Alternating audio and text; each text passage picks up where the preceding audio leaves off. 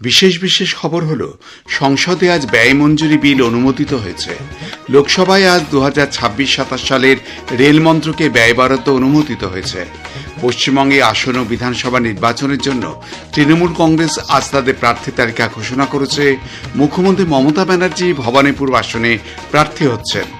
নির্বাচন কমিশন পশ্চিমবঙ্গের 19 জন শীর্ষ পুলিশ আধিকারিককে তাদের পদ থেকে সরিয়ে দিয়েছে। কেরালামে 5 জন শীর্ষ সরকারি আধিকারিককে বদলির নির্দেশ। উপসাগরীয় অঞ্চলের সব ভারতীয় নাবিক ও জাহাজ নিরাপদে রয়েছে বলে সরকার জানিয়েছে।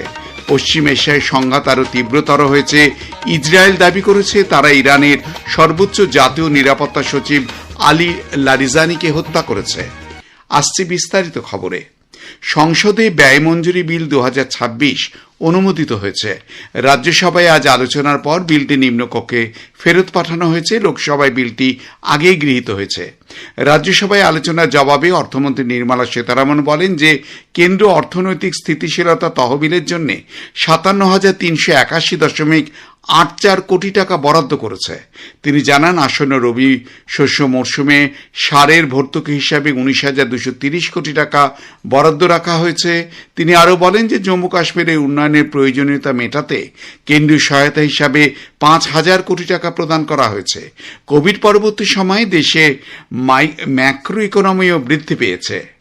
India's economy today stands at a position of strength. We are able to look after even unforeseen circumstances. Since COVID, India's macroeconomic performance has remained relatively strong and stable. অর্থমন্ত্রী জোর দিয়ে বলেন যে ভারতের অর্থনীতি আজ অত্যন্ত শক্তিশালী অবস্থানে দাঁড়িয়ে আছে।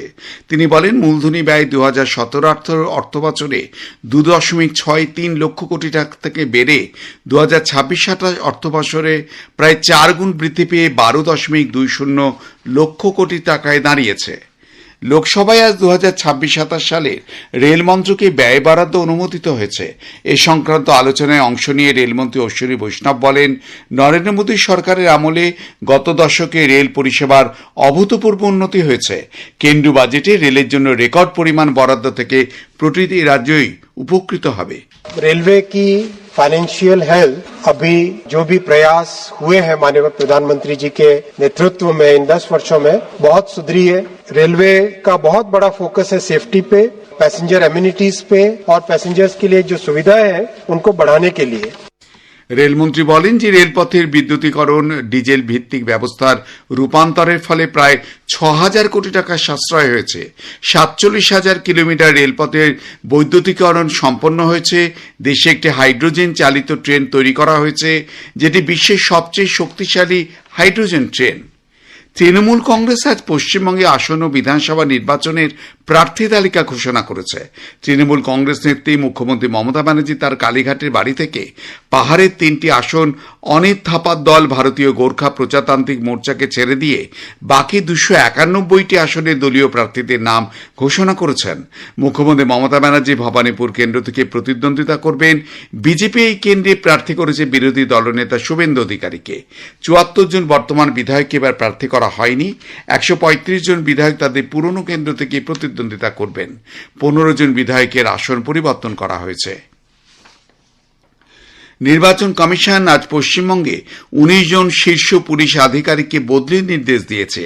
এডিজি দক্ষিণবঙ্গ, উত্তরবঙ্গ সহ বিভিন্ন জেলার পুলিশ সুপার ও পুলিশ কমিশনারকে বদলি করা হয়েছে।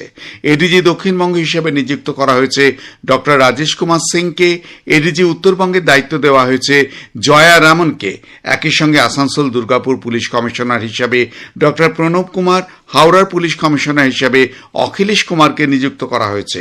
অমিত কুমার সিংকে ব্যারাকপুরের পুলিশ কমিশনার ও সুনীল কুমার যাদবকে চন্দননগরের পুলিশ কমিশনারের দায়িত্ব দেওয়া হয়েছে। ইন্দিরা মুখোপাধ্যায়কে কলকাতা পুলিশের ডিসি সেন্ট্রাল পদ থেকে সরিয়ে দিয়েছে নির্বাচন কমিশন। আসন্ন বিধানসভা নির্বাচনের প্রাক্কালে নির্বাচন কমিশন কেরালামে 5 জন ঊর্ধ্বতন আধিকারিককে বদলি করে নতুন আধিকারিককে নিয়োগ করেছে। নবনিযুক্ত আধিকারিকদের আগামীকাল সকালের আগেই দায়িত্ব গ্রহণের নির্দেশ দেওয়া হয়েছে। পশ্চিমবঙ্গে এসআইআর এর আওতায় বিচারাধীন তালিকায় থাকা 20 লক্ষেরও বেশি ভোটারের নিষ্পত্তি হয়েছে। চলতি সপ্তাহে সাপ্লিমেন্টারি তালিকা বের করা হতে পারে বলে নির্বাচন কমিশন নিযুক্ত বিশেষ পর্যবেক্ষক সুব্রত গুপ্ত জানিয়েছেন।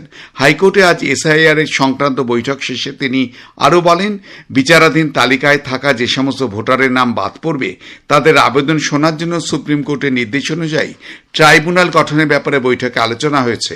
যেসব বিচারকদের নিয়ে এই ট্রাইব্যুনাল গঠন করা হবে তাদের নাম কলকাতা হাইকোর্টের প্রধান বিচারপতি সুজয় কুমার পাল নির্বাচন কমিশনকে জানাবেন। প্রধানমন্ত্রী নরেন্দ্র মোদী আগামী 29 মার্চ রবিবার আকাশবাণীতে মন কি বাত অনুষ্ঠানে দেশ বিদেশের মানুষের সঙ্গে তার চিন্তাভাবনা ভাগ করে নেবেন। এটি হবে মাসিক এই বেতার অনুষ্ঠানের 132তম পর্ব। আকাশবাণী ও দূরদর্শনের সবকটি চ্যানেলে সকাল 11টা থেকে এই অনুষ্ঠান শোনা যাবে। খবর শুনছেন আকাশবাণী থেকে। আমাদের সংবাদ শোনা যাবে ইউটিউব চ্যানেল আকাশবাণী সংবাদ বাংলা, ফেসবুক ও ইনস্টাগ্রাম আকাশবাণী সংবাদ কলকাতা এবং এক্স হ্যান্ডেল এআইআর নিউজ কলকাতাতে। কেন্দ্রীয় বন্দর, জাহাজ চলাচল ও জলপথ মন্ত্রকের বিশেষ সচিব রাজেশ কুমার সিং জানিয়েছেন, উপসাগরীয় অঞ্চলের সব ভারতীয় নাবিক এবং জাহাজ নিরাপদে রয়েছে। নতুন দিল্লিতে পশ্চিম এশিয়ার পরিস্থিতি নিয়ে আন্তর্মন্ত্রক সাংবাদিক বৈঠকে শ্রী সিনহা বলেন, গত 24 ঘণ্টায় 161 জন ভারতীয় নাবিক দেশে ফিরেছেন। দ্বিতীয় এলপিজি বোঝাই জাহাজ নন্দদেবী আজই গুজরাটের কাদরায় পৌঁছেছে। শিবালিক ও নন্দাদেবী উভয় জাহাজ থেকে এখন এলপিজি নামানোর কাজ চলছে। पिछले 24 घंटों में 161 भारतीय नाविकों को गल्फ रीजन में साइन ऑफ के बाद रिपैट्रिएट करके भारत वापस लाया गया है। ये काम हमारी एम्बेसीज और मिशंस के नंदा देवी आज रात 2:30 बजे या अर्ली मॉर्निंग 2:30 बजे वो कांडला पे पहुंचा और अब दोनों ही एलपीजी कैरियर से शिवालिक और नंदा देवी से नंदा देवी का डिस्चार्ज शिप टू शिप है और मदरशिप टू डॉटरशिप वो अभी चल। पोर्ट पे वेसल मूवमेंट और कार्गो ऑपरेशंस को सुचारू बनाने के लिए सारा प्रयत्न किया गया है। পেট্রোলিয়াম ও প্রাকৃতিক গ্যাস মন্ত্রকের যুগ্ম সচিব সুজাতা শর্মা বলেছেন, দেশে পর্যাপ্ত পরিমাণে পেট্রোল এবং ডিজেল রয়েছে। সরকার বাণিজ্যিক এলপিজি গ্রাহকদের পাইপলাইন ভিত্তিক প্রাকৃতিক গ্যাস ব্যবহারে উৎসাহিত করছে। পাইপলাইন ভিত্তিক গ্যাস সরবরাহের জন্য বকেয়া থাকা আবেদনগুলিকে বিবেচনার পর দ্রুত অনুমোদন দেওয়ার জন্য কেন্দ্রীয় সরকারের সব রাজ্য কেন্দ্রশাসিত অঞ্চলকে চিঠি দিয়েছে বলেও তিনি জানান। Crude availability is normal. Our refinery is operating at the highest level. There is no shortage at retail outlets. Petrol and diesel are available in sufficient quantities. Regarding natural gas, the government is making efforts to ensure that commercial LPG consumers shift to PNG, as this would be beneficial. The government is actively working in this direction. পশ্চিম এশিয়ার সংঘাত তীব্র আকার নিয়েছে। ইসরায়েলের সামরিক কর্তারা দাবি করেছেন যে তারা ইরানের সামরিক কাঠামোয় বড় ধরনের আঘাত এনেছে। ইসরায়েলের প্রতিরক্ষা বাহিনী জানিয়েছে, তারা ইরানের সর্বোচ্চ জাতীয় নিরাপত্তা পরিষদের সচিব আলী লারিজানি এবং বাসিজ আধার সামরিক বাহিনীর একজন বরিষ্ঠ কমান্ডারকে হত্যা করেছে। 2026 সালের 28 ফেব্রুয়ারি আয়াতুল্লাহ আলী খামেনের মৃত্যুর পর লারিজানি ইরানের যুদ্ধে নেতৃত্ব দিচ্ছিলেন। লারিজানির মৃত্যুর খবর সম্পর্কে তেহরানের পক্ষ থেকে তাৎক্ষণিক কোনো প্রতিক্রিয়া পাওয়া যায়নি।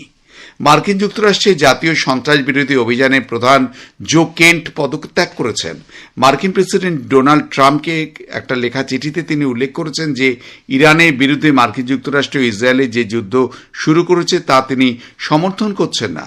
তিনি বলেন, ইরান মোটেই মার্কিন যুক্তরাষ্ট্রের জন্য কোনো ভয়ের কারণ নয়, বরং ইসরায়েলের চাপের কারণেই সরকার এই যুদ্ধ শুরু করেছে।